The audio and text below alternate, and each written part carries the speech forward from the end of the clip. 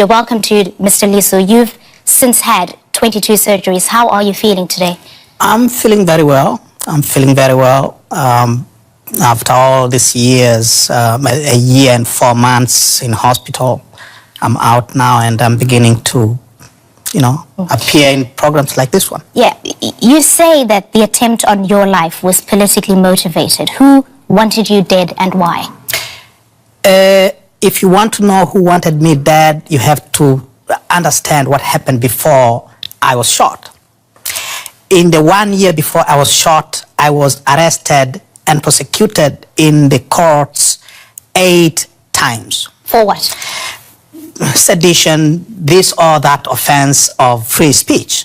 Basically for criticizing the government, for doing what I'm paid to do as an opposition parliamentarian, as an opposition political leader.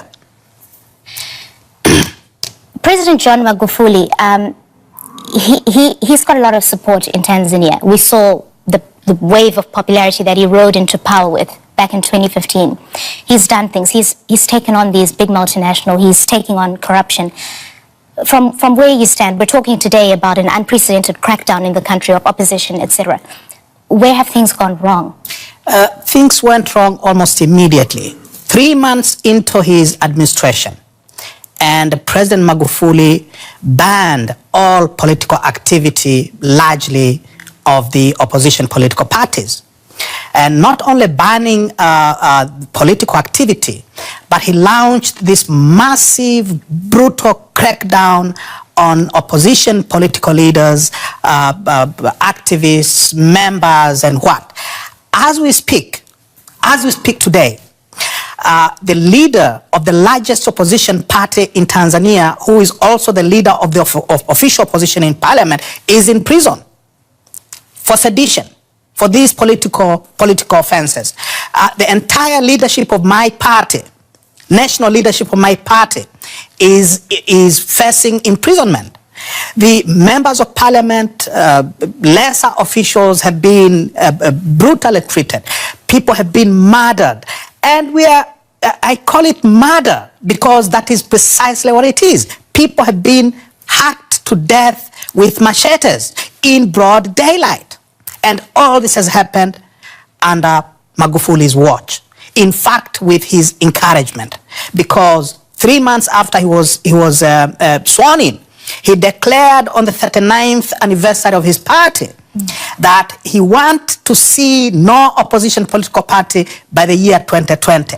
So this is what we are reaping. So you're saying this is a president who effectively wants to eradicate the opposition in Tanzania? Those are his exact words, openly, on February 5th, 2016.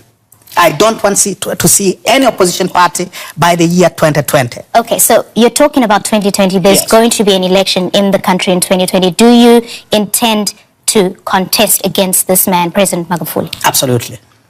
And why would you make a better president? Because if we don't, then there will be, it will mean he will have 100% control of parliament.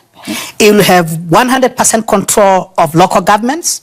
He will have 100% control of the lowest levels of governance in Tanzania. His control would be absolute.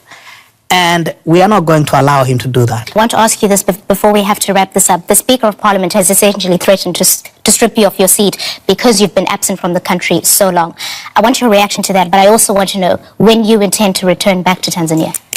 Number one, I have been out of the country since September 7, 2017, because I was shot 16 times by hired assassins who followed me from parliament to my official residence in order to kill me. Yeah. So I'm not in Tanzania, and have not attended a single parliamentary session since then, because I have been sick. First in Nairobi, Kenya for 4 months, and since January of last year in Belgium, recovering from those 16 bullets. Okay. As for going home, I have said it so many times, and I will say it here. Yeah. I am not in exile. I have not run away from Tanzania. All right. I am being treated. When my doctors say...